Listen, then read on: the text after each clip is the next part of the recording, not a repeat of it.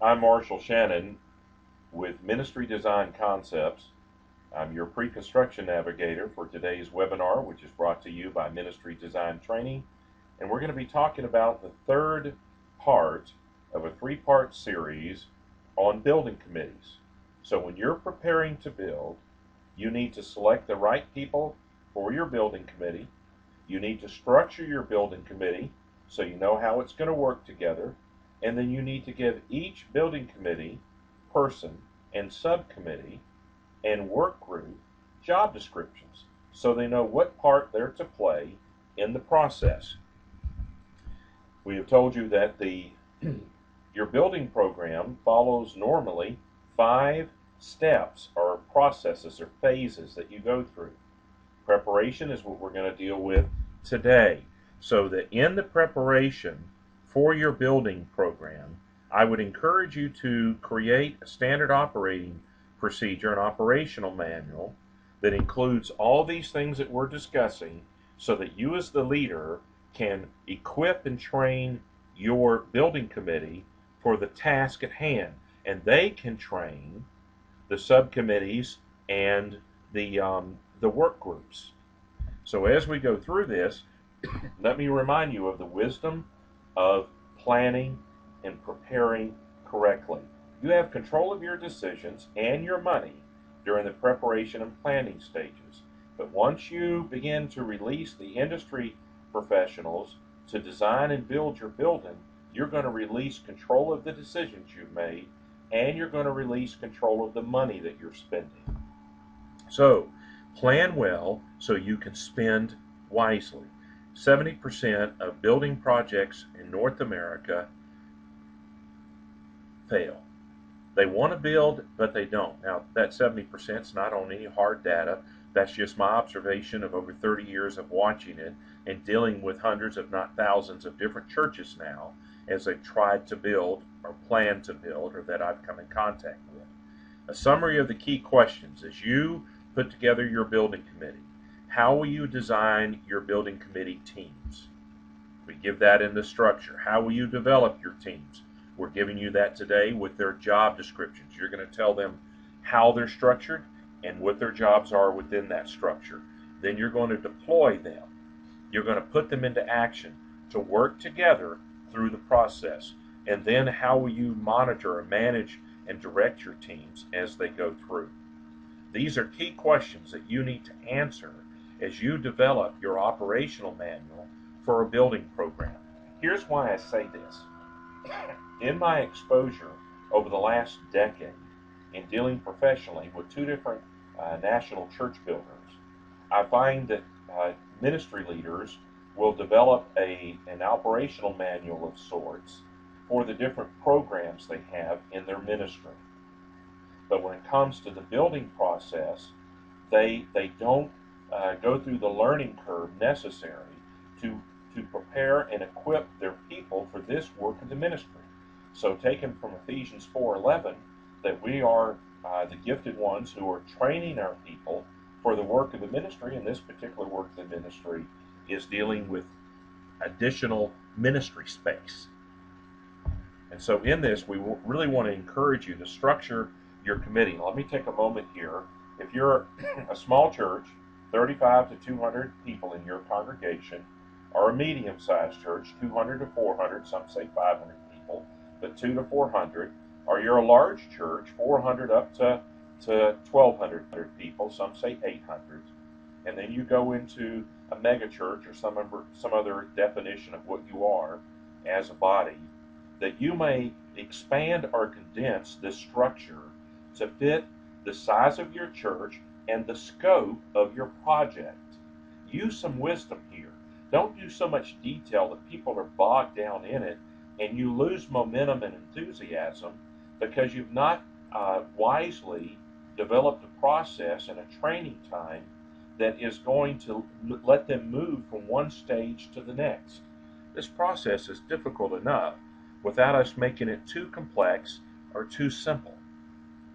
And so you want to give them the information and training to help them move through these steps.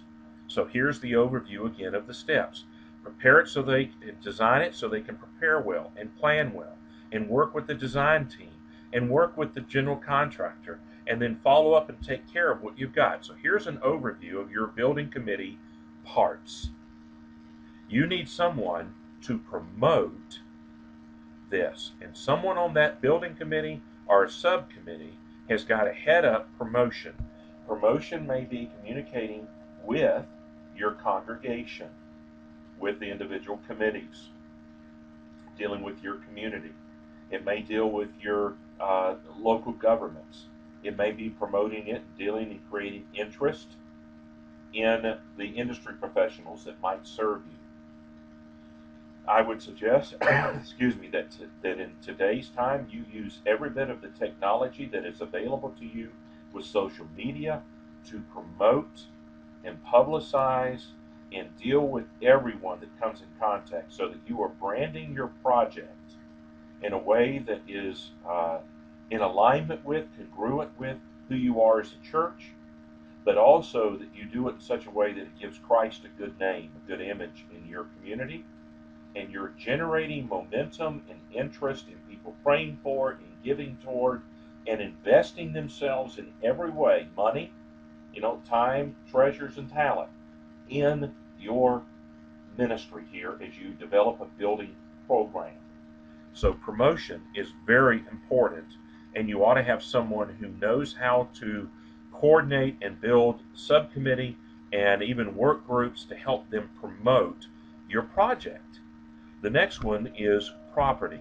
There ought to be someone who has an interest and a passion to help you care for your existing property, to pull everything as built design plans, as you have built your existing buildings or someone built them before you occupied them, that you have as is, as built plans. So your architect would have provided the plans adjusted from the blueprints they started with to show how you actually built it, all the changes you made during construction.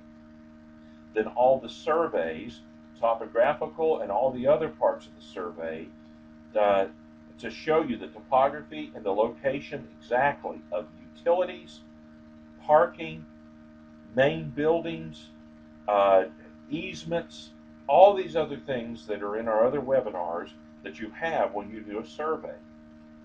Then, if you need to buy adjacent property or you're relocating entirely, that you've got someone that's going to spearhead the new property or the adjacent property that you're going to purchase to carry out your project. And they need to look at every aspect of your existing and of new. Then you're going to have someone with properties who's going to look at your furniture, your furnishings, your fixtures, and your equipment, and any extras that are going to be required as property of the church to make your new building program and new facilities work. The last part, the fourth part of property, is facility management. This is the stewardship of your campus, of your property, of your facilities after you're in it. Someone had better be thinking about your new facilities and how you're going to manage and steward them after you're in it. That means during your commissioning or your warranty stage after your building is built, and then someone who is looking on the front end at the cost of how you're designing and building this new facility, how it's going to perform in its life cycle, in its energy efficiency, in the economy of operating it, in the endurance of it, in the replacement of it, in the upgrade and maintenance and custodial of it. Someone is thinking about everything after you're in it. And again, they can develop subcommittees and work groups to put all this together so that you're counting the cost. There ought to be, as a part of your building committee, a property group, and it can be broken down into as many subcommittees and work groups as you deem necessary to manage this part, to lead this part correctly. The next part is that of programming. Take every ministry done on your campus 24/7. Develop a research and inquiry questionnaire to find out from every part of your education, worship, fellowship, recreation, administration, maintenance, custodial, how you use that property 24/7, and create, you could use an Excel spreadsheet, but you create a document where your ministry directors and your hands-on people who are doing the work measure exactly how much storage space, how much educational space, how much congregational worship space and platform space you got, and all the other aspects of every part of your building. Project growth for each one of those ministries individually, how much they're going to grow over the next 3 to 5 years, or longer if you want to. Plug that in and see what that's going to do. You need to prepare the programming so that your design team can know give them direction as to what you need. Now, you do have to stay within your capabilities financially, but the programming is taking all of your ministry, and I'll include in this webinar a very lengthy 18-page programming exercise that we did some years ago when I was a senior pastor, so that you can use it as a checklist, and you don't have to be that detailed, but you don't want to miss anything. This needs to be detailed enough that you know. Then you've got to talk about philosophy of ministry. For instance, if you're dealing with your children's ministry, how are you doing their ministry in the building and on the grounds? Are you using children's round tables, rectangle tables, floor mats? Are you setting them in just circles in children's chairs or up against the wall? How many teachers are in there? How many students are in there? Are you moving everything at one point to have crafts or activities in a classroom, or taking them outside to a playground area? You need to be able to tell in detail exactly how and what and who and when you're doing ministry, because your design team needs to have all this information to do a thorough job with the next part. You need someone who is going to be able to work with your design team to take your existing plans and to do the new part, which is your master planning. Here's my suggestion to you. It's really a Marshall's law, my rules, and I believe the industry has this. If they don't, they should. Every time you go to add new facilities on your existing facilities, or even on new ground, you should master plan it by reviewing what you think will be the full development under your ministry priorities, underneath your ministry design and game plan, underneath your capabilities of finances, of how much you're going to invest in each phase. You need to revisit the master plan of your facility. Someone has to work with the architect to give him the property information of your existing property, the programming of your existing programs and ministries, so that the person promoting it can talk about it and so forth, but you give that to the design team so they can come up with what you ought to build next, or show you what it's going to look like. Because there's questions like, what's mission critical? How much can we afford? You've got to blend all this together with feasibility studies so you can get a snapshot and the detailed information to tell you how you're going to master plan your property. After you've master planned your property, and you can do it, as we're also providing a webinar on master planning, but you should come away with, for your promotion guy, to be able to present this to your congregation with your architect and engineers, your builder if he's on board, and all the other players in your building committee, to do a presentation at least on paper 2D with a site plan, a floor plan of the first phase, and an elevation, and maybe an artist rendering. I would tell you to, if you can do it and it's appropriate,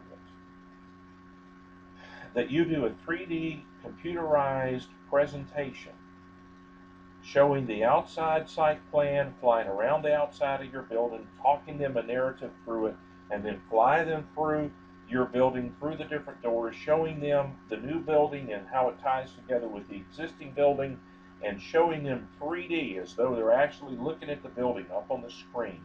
Put it on your promotion group and put it on your website, put it on YouTube, and get it out to the community and to your church. Use it for your lending and borrowing and fundraising with a capital campaign. But someone's got to head this up.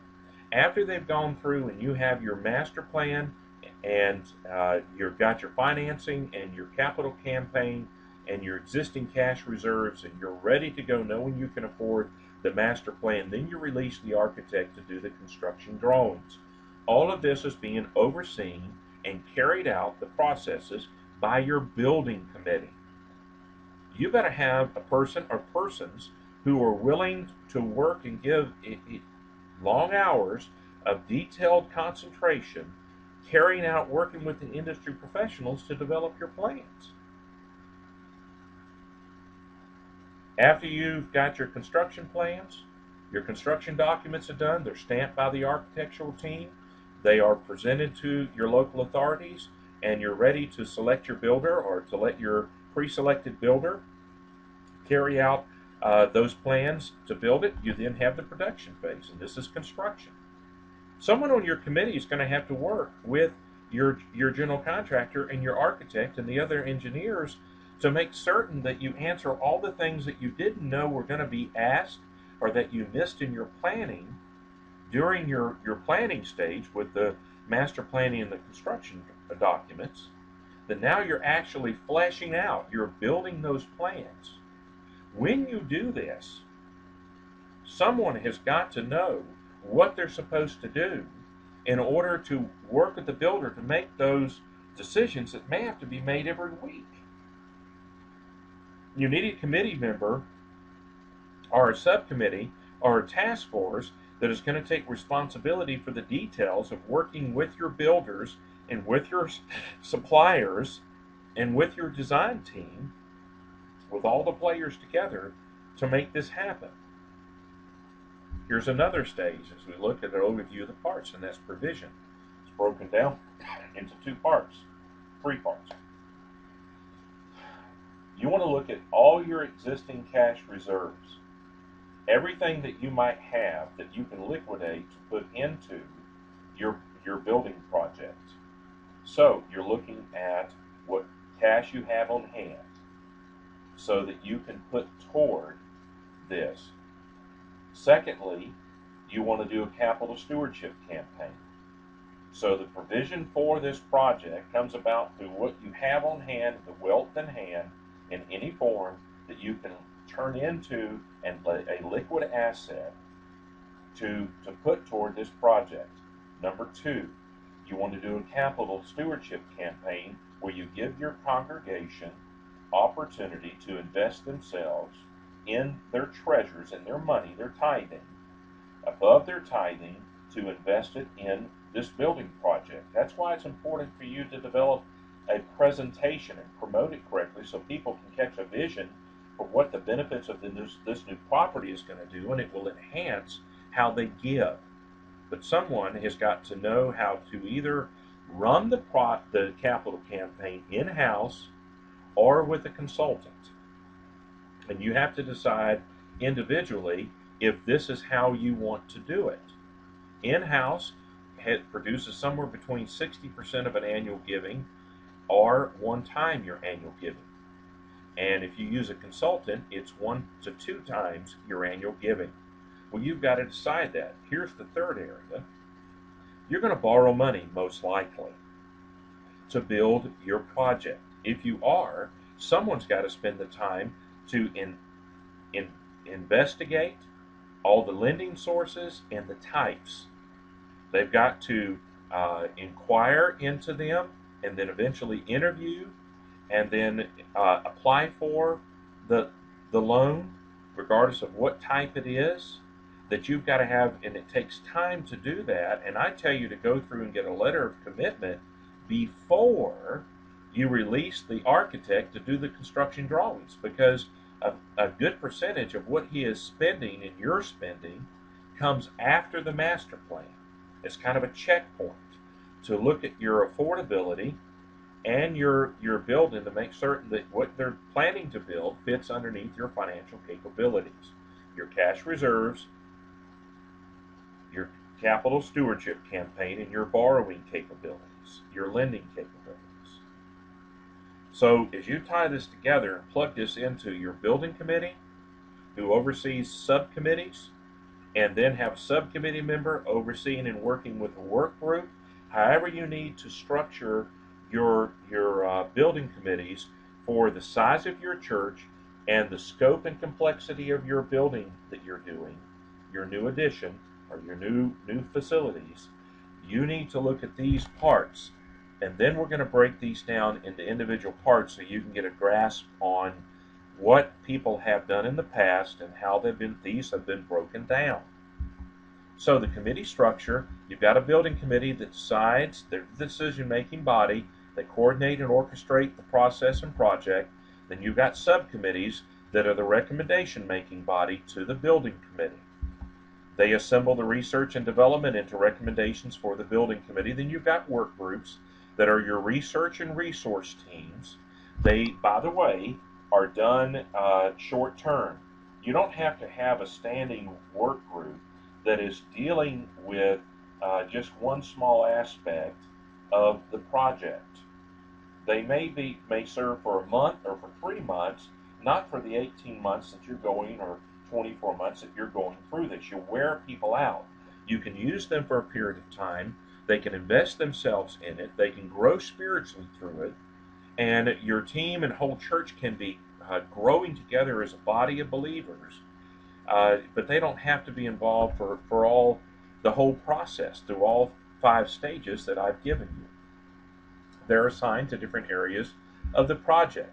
They assemble the information for the subcommittee. So these are foot soldiers that are bringing it back to your lieutenants, your subcommittees, to give to your captains, your building committees. As you do this, you want to break out the following parts into a way that works for you. You contextualize it so you're comfortable with it and can be productive, succeed with it. So here's a summary of the committee member officers. You've got a chairman who does leadership. So here are some of his responsibilities or his job description. In leadership, he certainly needs to be a unifier that is able to cast vision by energizing and inspiring people. He then should be able to recruit people who he has evaluated that can enlist them into different parts of your building committee structure. He then should be able to delegate the jobs that are to be done in the whole process. He should be a reader of 2 things: people, be able to evaluate them and help determine their shape and where to plug them in. Jim Collins, in his book Good to Great, talks about the companies that went from being good to magnificent to great were able to get the right people on their teams, on their bus, he says, and in the right place on the bus. The leader of your building program is the chairman of a building committee or subcommittee or task force, needs to be able to do and be a good reader of people.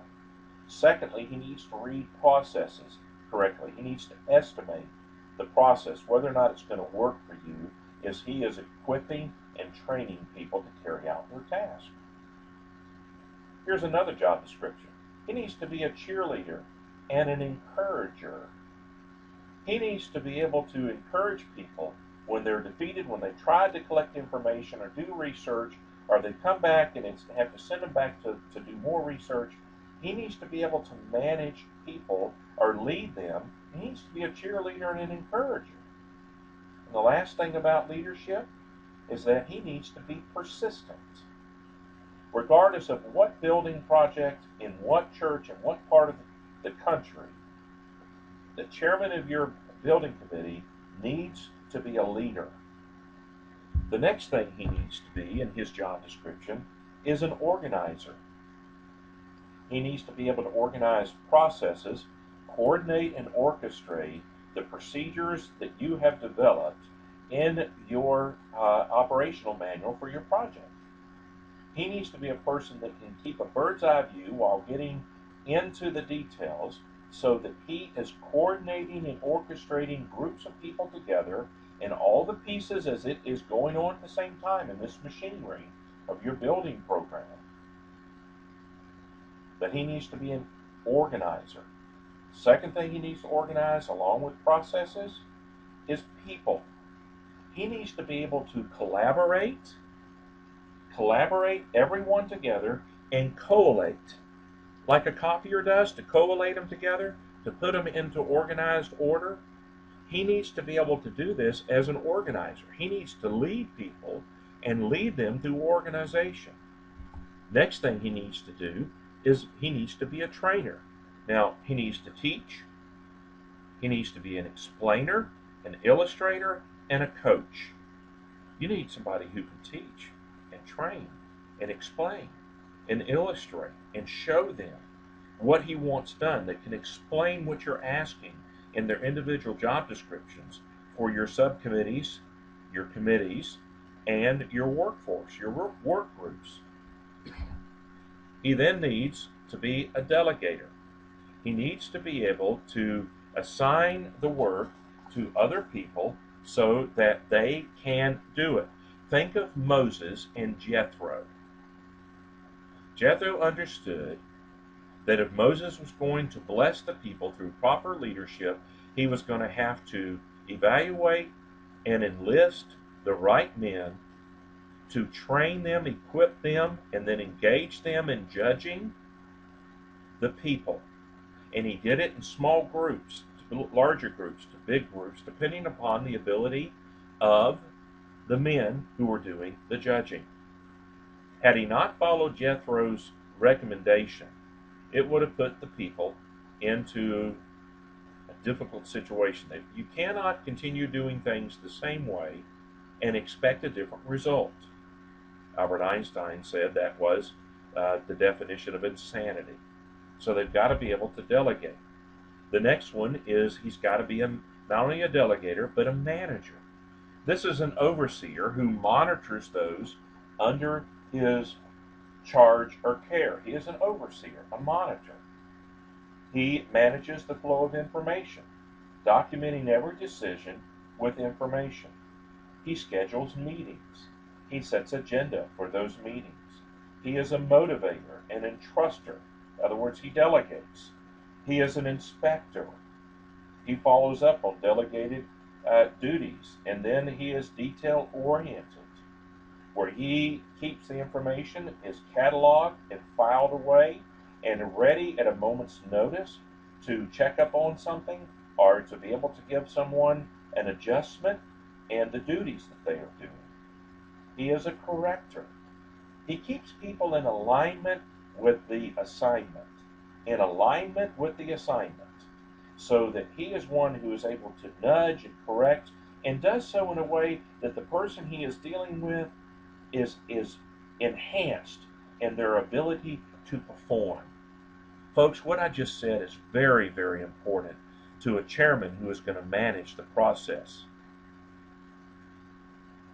Next thing is he manages as a problem solver. Man, you don't want problem causers, you want problem solvers to be chairing your committees and your work tasks, your work groups.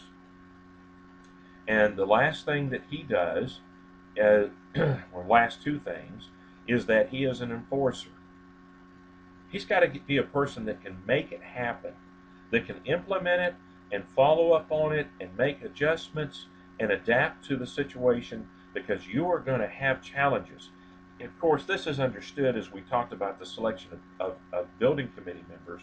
The chairman had better be a mature person with an able set of skills, because what you don't want to do, and hear me out here, is put the wrong person in place where the Peter Principle comes into play.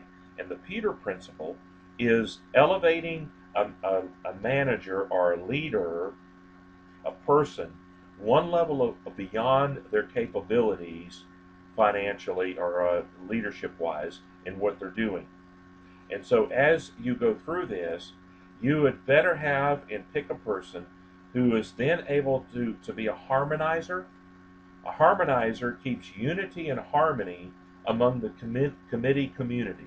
So, particularly the chairman of your building committee, and then certainly the chairmen of your subcommittees, the individual leaders on your committee who are the chairman of subcommittees and then overseeing work tasks, work groups, they had better be leaders among them who are harmonizers. They keep the unity of the brothers and sisters working together and harmonize them together so the whole community of your project, all the people involved, are kept in tune with the process and are working together, because you can create silos within your project where one ministry is just working to get what it needs, regardless of what it does to another ministry. So you'd better set priorities as to what's first priority, second priority, third priority, and how much space they get, how much money you'll spend on their part of the ministry. Those are the hard choices that come about as you start this, and I would suggest that you find a way to do this on the front end so they know what the decision of the key leaders of the church are, instead of having them fight among themselves. A chairman, in any level of their structure, needs to keep everyone's focus on the big picture and dying to self, taking up their cross and following Christ when it comes to managing the process, managing the players. The next thing is they better be a communicator. Verbally, they better be able to tell what's happening. Physically, they better be able to show, if necessary, what needs to be done. Then they need to be a sharer of information between subcommittees, controlling the flow of information. And it really helps if, in being a teller, a shower, and a sharer, that they are articulate, concise, clear directives to the members of the committees, so that he is a communicator or she is a communicator as she is chairing the workforce subcommittee in doing this. Then you have a vice chairman who sometimes just feels like a lame duck. But let me say this to you. They are a supporter, a doer, not just a hearer. They are an understudy, so that in case something happens to a chairman, you have people who have full documentation of every work that's been done, all the research that's been done, all the decisions that have been made, and they're up to speed and able to step in. Because what if one of the challenges you face is losing the chairman of your building committee or the chairman of one of your subcommittees of one of your work groups? It can bring a hard challenge if you don't have people who are willing to invest themselves to be there as a backup quarterback, as second string, and they're able to pick up because they've been a good understudy to get the job done. Now, having said that, doesn't mean that you can't assign them any number of subcommittees to oversee, but they also have to be ready to step in and take the chairman of the building committee or a subcommittee to carry the load. So be working on second stringers, because folks, it can happen. Then a secretary. A secretary keeps records, and they're keeping records of reports and recommendations, research documents, contracts, proposals, bids, and quotes, and networking contacts and industry professionals, so that you have someone who is keeping up with the minutes of every meeting. So every work group, subcommittee, and building committee needs someone who is keeping up with their records, who is blending together the records of others, who keeps up with minutes so you know who was there and what decisions were made, who carries over notifications so that you know when your next meetings are, and a reminder on job tasks and timelines when those tasks are due. Then you've got a treasurer. Somebody's got to keep up with the money and the estimated cost, and to blend all that together. Now, you might end up with a finance committee, but on your chairman or on your different committees, somebody's got to deal with the money, with the provisions. Now, here are some sample roles of the committees. In your building committee, you can take the 7 that I have recommended to you: promotion, property, programming, plans, production and provision. Or you can take and break those down into this. I want you to do what is comfortable for you. What is comfortable for you. What fits into the way that you lead and the way your congregation accomplishes projects. Publicity and promotion. Well, this group of people had better be ready to talk to everyone involved. But what about your newspaper? What about websites? What about writing articles and getting them published? What about using information technology, social media, to publicize and promote it to the community, to the congregation, to lenders, to other industry professionals who are serving you, to your local building authorities who have to give you permission and will give you a building permit to build your building? They have to be ready to promote and carry out the tasks that are assigned to them. And so in this, your publicity had better keep informed about the actions and the recommendations of the other subcommittees and the steering committees. They better discover and utilize as many channels of publicity as possible to promote the project. Number 3, they better keep the church informed about developments in the building program and encourage full support of the project. Number 4, they better establish and maintain rapport with the local news media, keeping in mind the news media's criteria for newsworthy events, programs, and projects and actions. And so these, the publicity and promotions subcommittee or work group had better realize the tremendous need that your church has and your program has by communicating and branding this and communicating and putting what you're doing in the best possible light. It is important that they know what is going on. Then you've got communications. Now, you could have a work task whose job it is just to enhance and work with every subcommittee, work group, and the building committee to work together the processes and kind of grease the wheels with how they're going to communicate together. And so they are taking your operational manual and they are fleshing it out so that they are able to communicate so that the left hand knows what the right hand is doing in their decisions. So it may be that they're working with the secretaries who have kept minutes of every meeting and full decisions in the agenda and the work that was accomplished and where every task is in the process, where it is in the timeline of being accomplished. Communication is more than just publication and promotion. It is the inner workings of your teams. So let's put it in a sports metaphor for a moment. If you have a team who huddles up and knows as a football team and their offense or defense, let's say offense, that the signal is given, the play is given to the quarterback gives it to his 10 teammates, and then they know what their assignments are and they carry it out.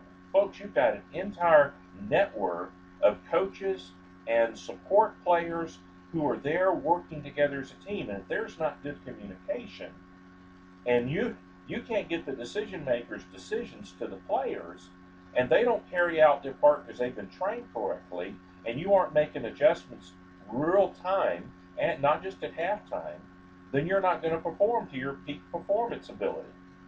And so communication at every level and every part, it has to be perfected through this, how you communicate.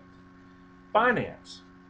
Someone's got to look at your lending ability and go talk to lenders to get a letter of commitment before you go past your master planning is when I want you to do it.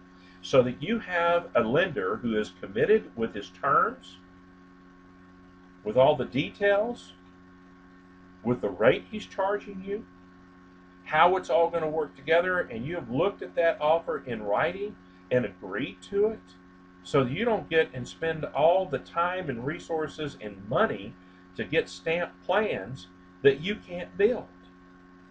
So you need to confirm through a letter of commitment. Then you need to look at your capital stewardship and look at your campaign and get your pledges and begin to track as you go through this what your first fruits and then how your pledges are being honored week to week and month to month. So your finance committee has got to put together how they're going to make this happen. And it is important that they do the parts that we previously discussed it. But there are some people who just say, well, we'll wait to get our financing after we get our plans done.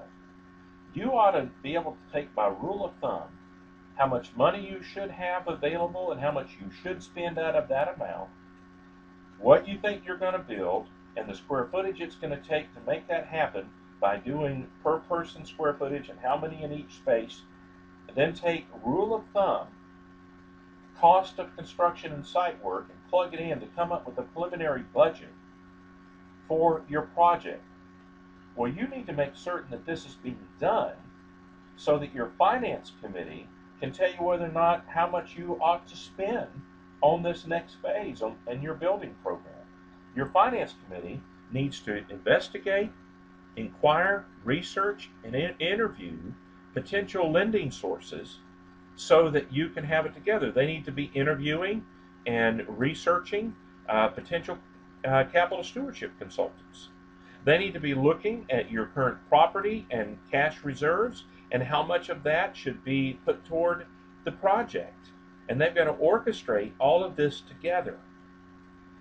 Your finance committee needs to understand that this needs to be done during the preparation and planning stage so that you don't get into full design and spend a lot of money with the architect, engineer, civil engineers, and others in your building team to do this. And so they've got to go through your legal. One observation through time is that often a church will go to an attorney. The attorney has been trained and taught and is accustomed to traditional design, bid, build, process delivery system for building it, where you hire an architect, he helps you put the plans out to bid, and then pick a general contractor and build it. And if you use a design, build, or construction management delivery system, which is different than the traditional design, bid, build, that attorney may be trying to turn Apple into an orange. It's a different setup with a different risk and reward balance quotient setup. And so just be aware that as you have legal, somebody's got to be looking at the contracts, the proposals, the bids, and the quotes that you're given and telling you what risk and reward is involved in each one to make certain that the church is protected and that the services you want done are in those contracts, in those proposals, a part of those quotes and bids. So they better be legal. Now, as you go through this, you're going to have programming and projections that you want to do a detailed written document that projects the growth and tells you how you're using every square inch and how you intend to use the new space so that your architect can plug every single one of those in it into his master plan. And you're going to have to prioritize what you need. You know, churches today, we don't have the wallet to pay for our wish list.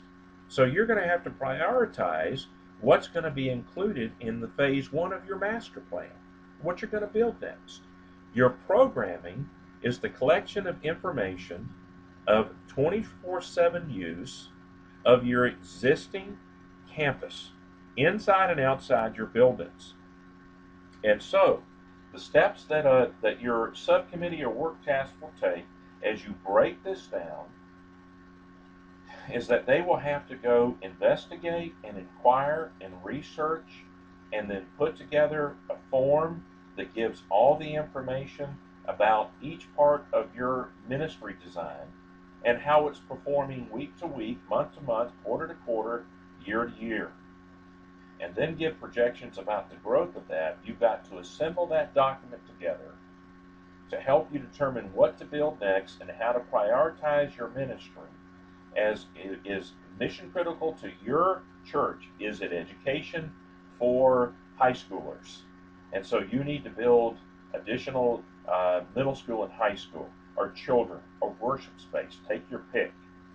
Your programming and projections need to follow the step to do the inquiries, the research, and collect the information from your ministry directors of each part of your ministry, and be able to plug that in as to how they're using it, how many people, how long, how are they using it, what's the philosophy of education or worship or administration or recreation.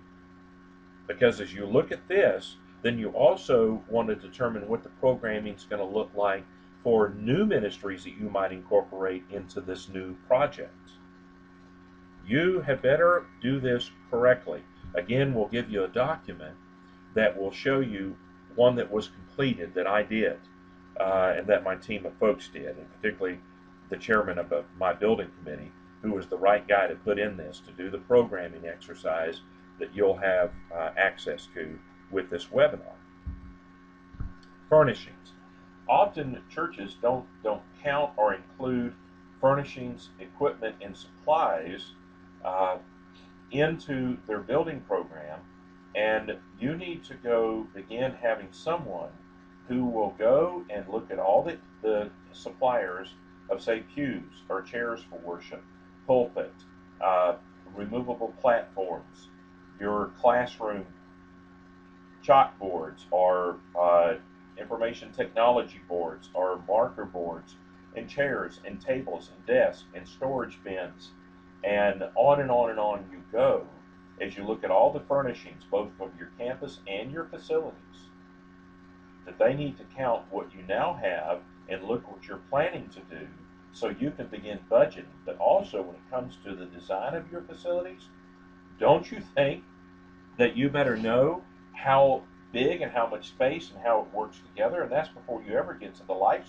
cycle of the individual individual equipment or furnishings you've got.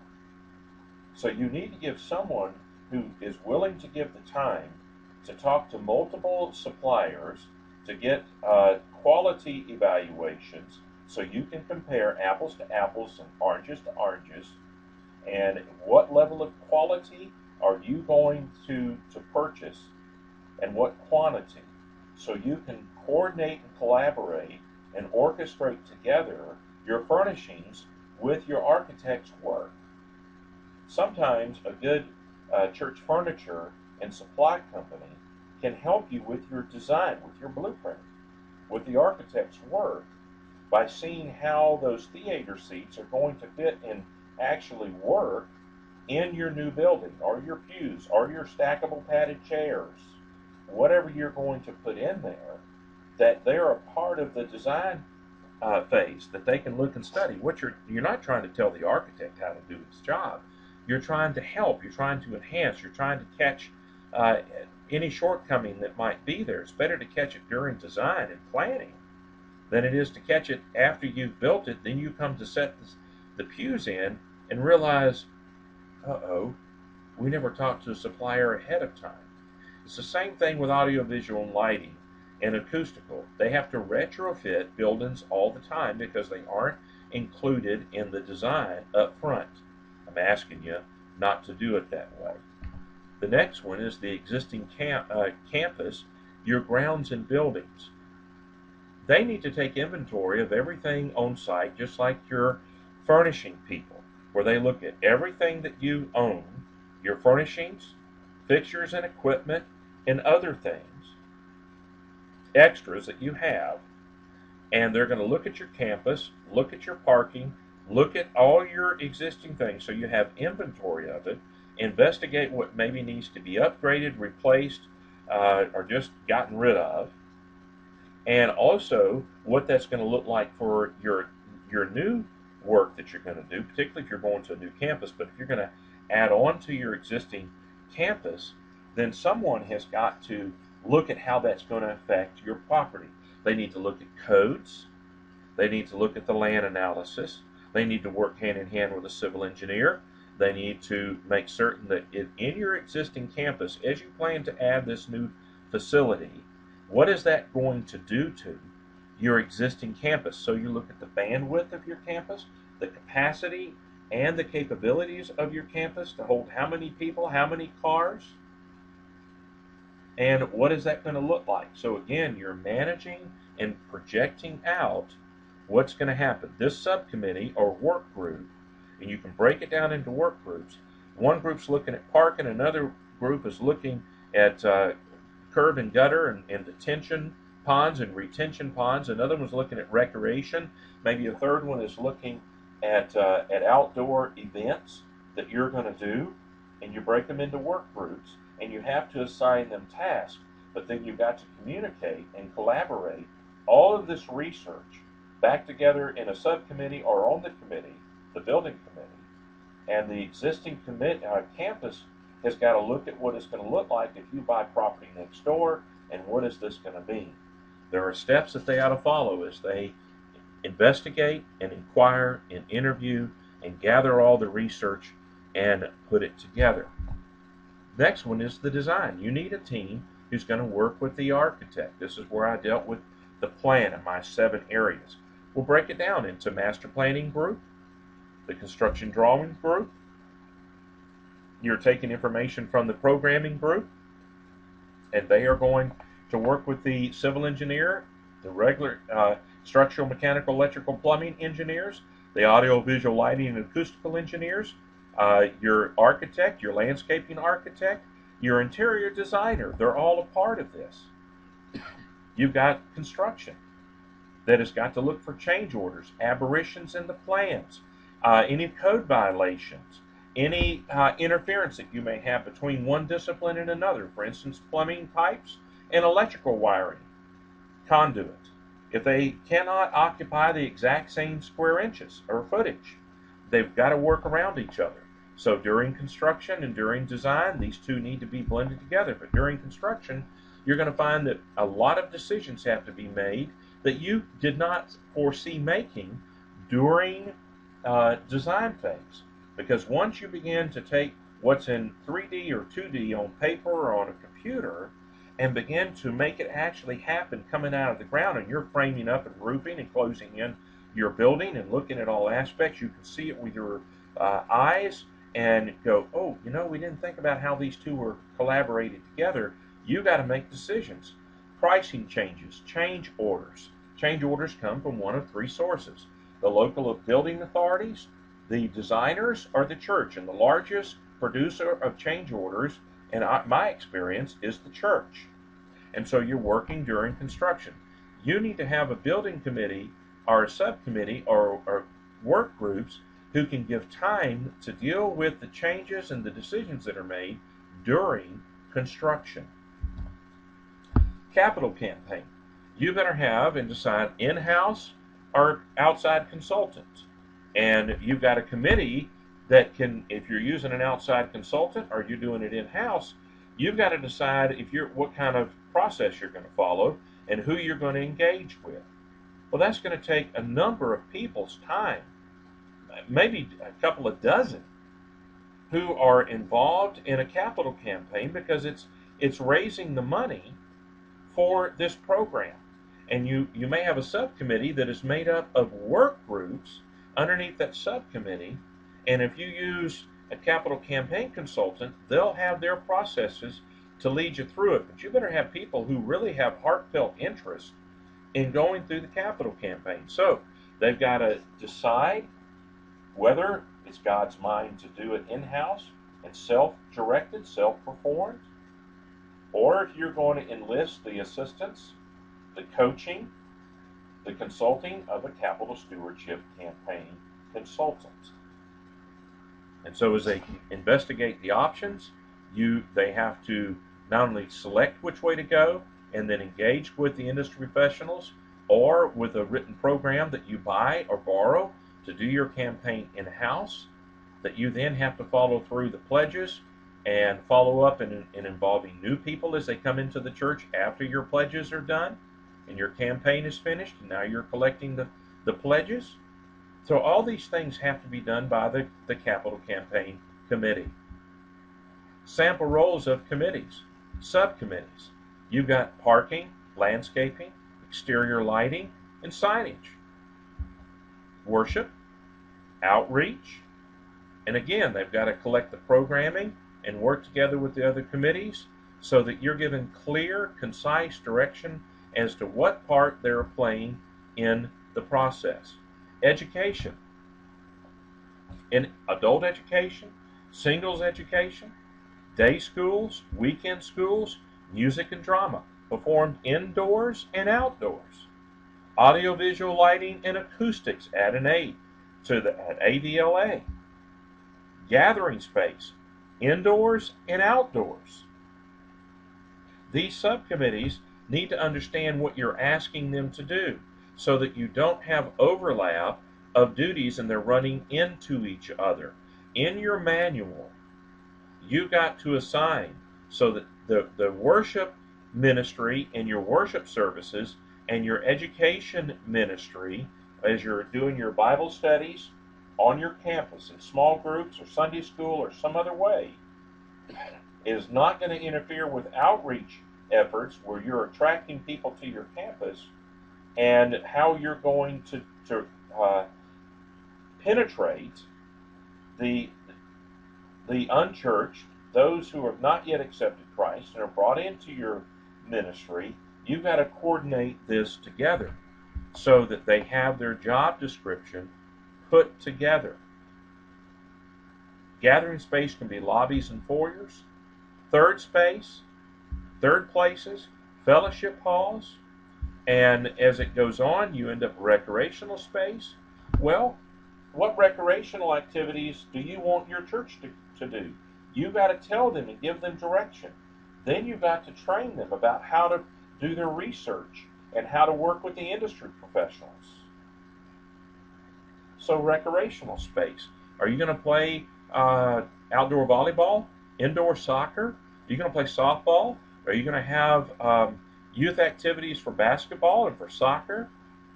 I mean, the sky's the limit here recreationally. Indoor and outdoor on your campus, you've got to be able to give them priorities and put them to work to pull together what that's going to mean. How many acres of ground is it going to take to create a men's softball field? And are you going to have a concession stand that is permanent or temporary?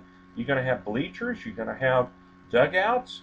Are you going to have a box there for, and you're going to open this up to tournaments? So you're going to have a box that is set behind the home plate where your bookkeepers are going to be, scorekeepers and announcers, and on this can go to depending upon the complexity and how you're going to use it. If you're going to do a basketball tournament for high schoolers and make it a regional invitational that your church is doing, well, you better have a committee that is looking at this and finding out through research exactly what that's going to mean.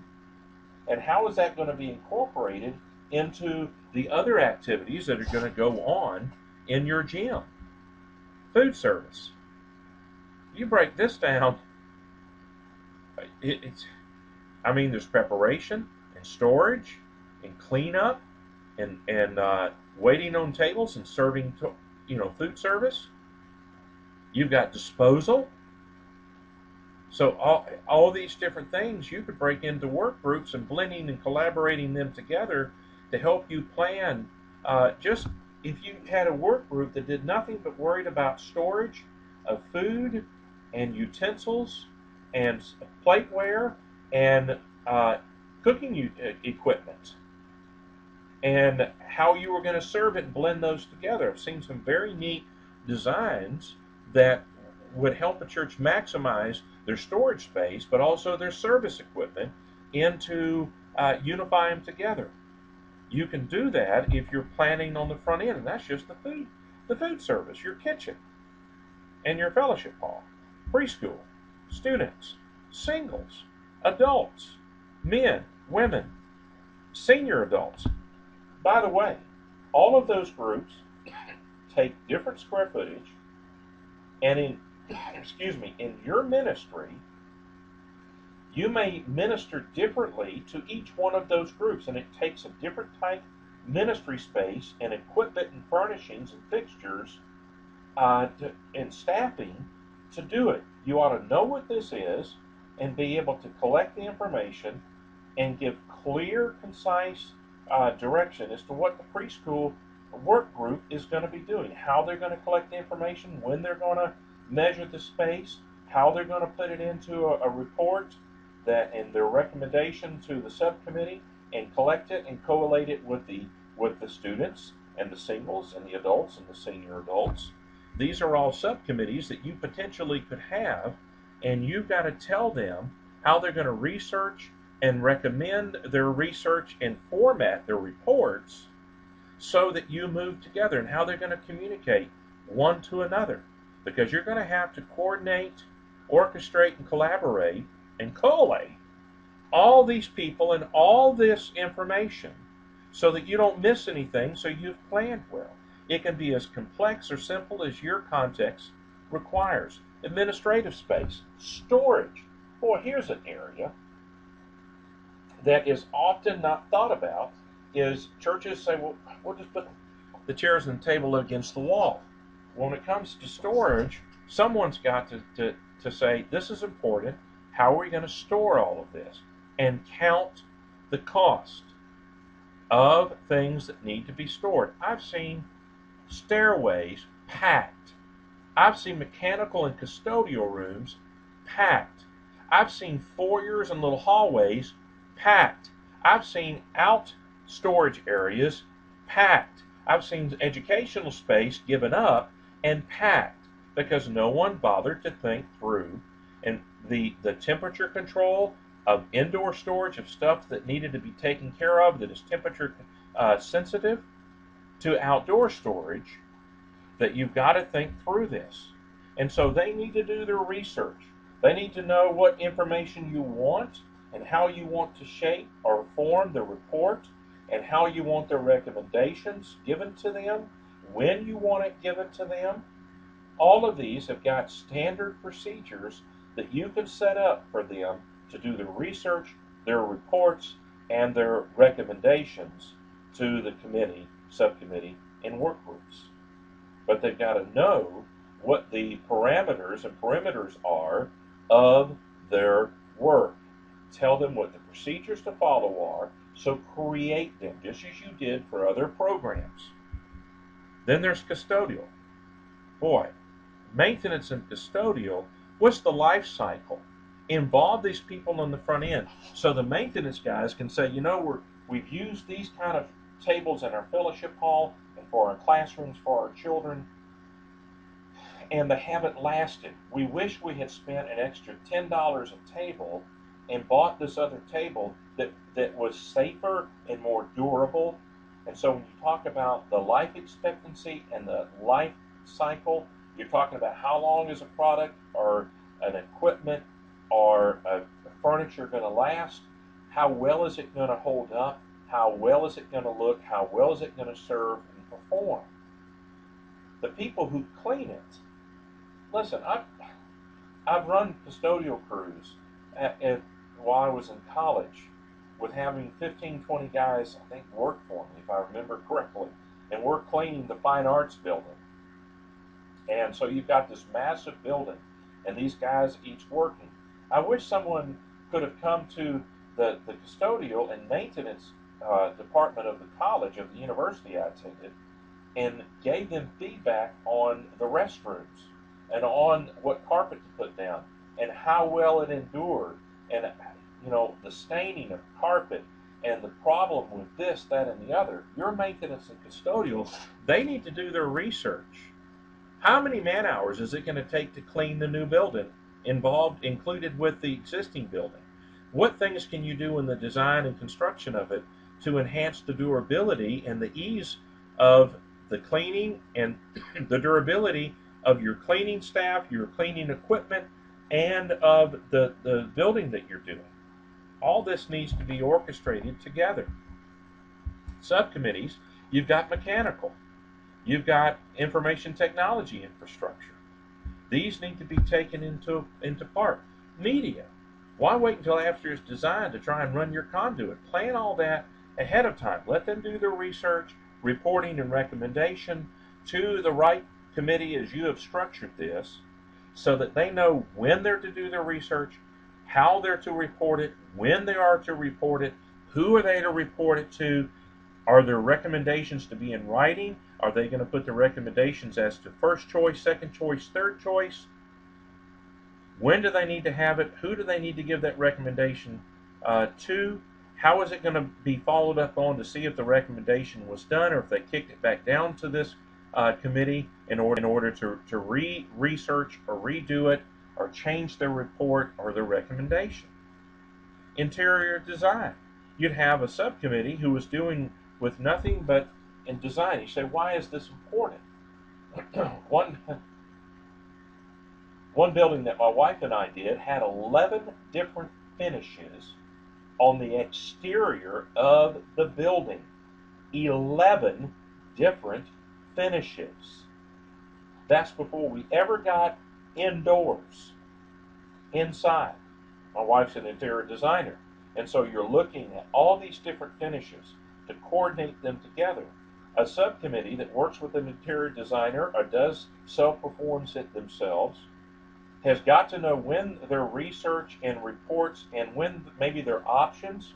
My wife has done color boards and shown them 3 different options and different color textures with fabric and the paint samples and the furniture samples and so forth, and put that in front of them for all those finishes outside and inside. You're talking about a tremendous amount of work for them to research and give a report and have documentation.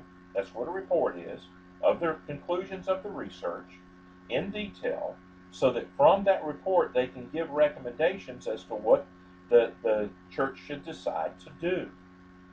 These things need to be put into order in an operational manual, so that in the timeline you decide when each one of these subcommittees and work groups will be engaged. When are they evaluated, enlisted, equipped, trained, and engaged in doing their work, so they can do their research, reporting, and recommendations to the committee that is they're a part of or above them in your structure, in your organization, in your chain of command. Restrooms. They need to do research about new technology and the options they have for setting up the restrooms and the money that is allotted to build them, because this is an expensive area. And I'm telling you, as I have worked with one church after another, one architect after another, that men are symmetrical, and they will put the plumbing back to back in one wall, and there'll be 5 women's toilet stalls and 3 urinals and two toilets, and that's all that's done, and they're the same size, and that's a mistake.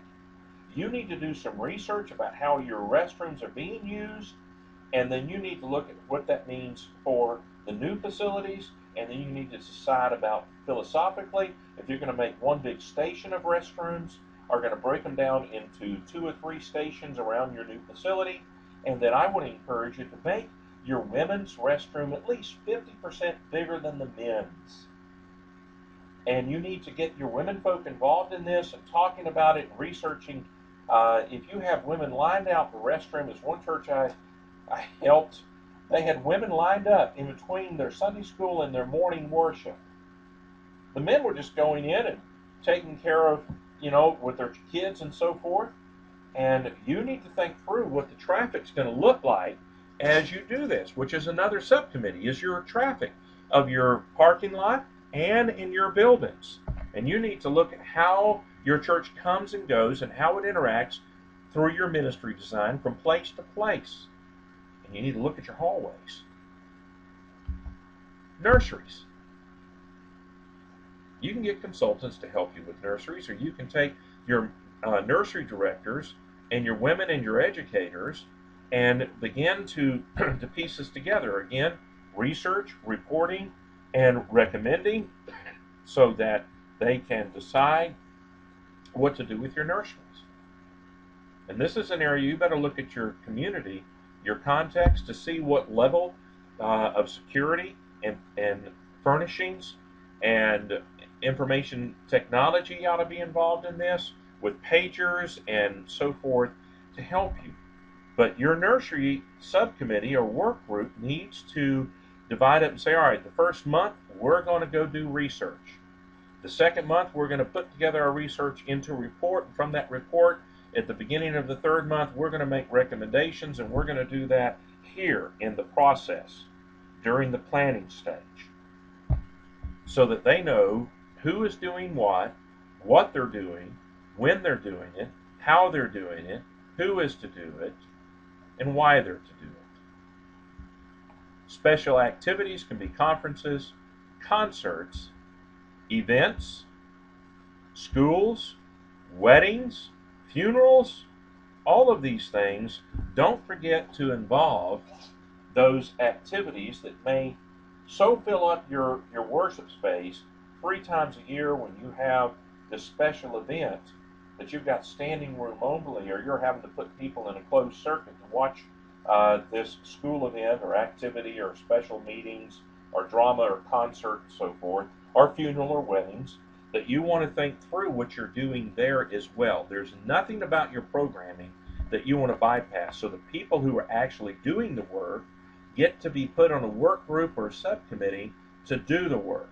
And that answers the who. Then they're to provide how you're using the facility and how you've been using it, past and present, and then project out the future use of it in your ministry design and growth projections. How many new people are you going to have, how soon, so that you can design the building to last you how long, to what is the bandwidth of the new building and its capabilities and capacity to hold how many people at one time doing what kind of ministry and so forth. Community activities. Sometimes you want to open it up to the community to use it for one activity or another. If you're going to do that, take it into account. My consulting advice to you as you look at these job descriptions that we're talking about, that I'm walking you through, is that you need to vet your potential project before moving ahead with establishing your building project. So here we are. It's before you are going to talk to those outside of your key ministry leaders. You're going to vet or evaluate the feasibility of building or relocating and begin to count the cost. So you want to involve myself as a pre-construction navigator or another coach or consultant to help you look at your existing facilities and your projected growth in a feasibility study, your finances, both fundraising and your lending capabilities, and your cash reserves on hand, money on hand, and anything that you can liquidate. You want to take your financial capabilities and your current facilities, and you want to vet the property to make certain that it can hold what you want to do before you go put before the people a project that that you can't do. So you want to vet it to make certain it's possible. And this may be done by the senior pastor, his staff, and your key elders and our deacons, depending upon your church polity, how you're structured. You want to develop a standard operating procedure for each aspect of your building project. We're providing webinars for you to help you create your own operational manual for your program, for your building program, so that you're not flying by the seat of your pants, so you know how you're going, when you're going, where you're going, why you're going, and so forth.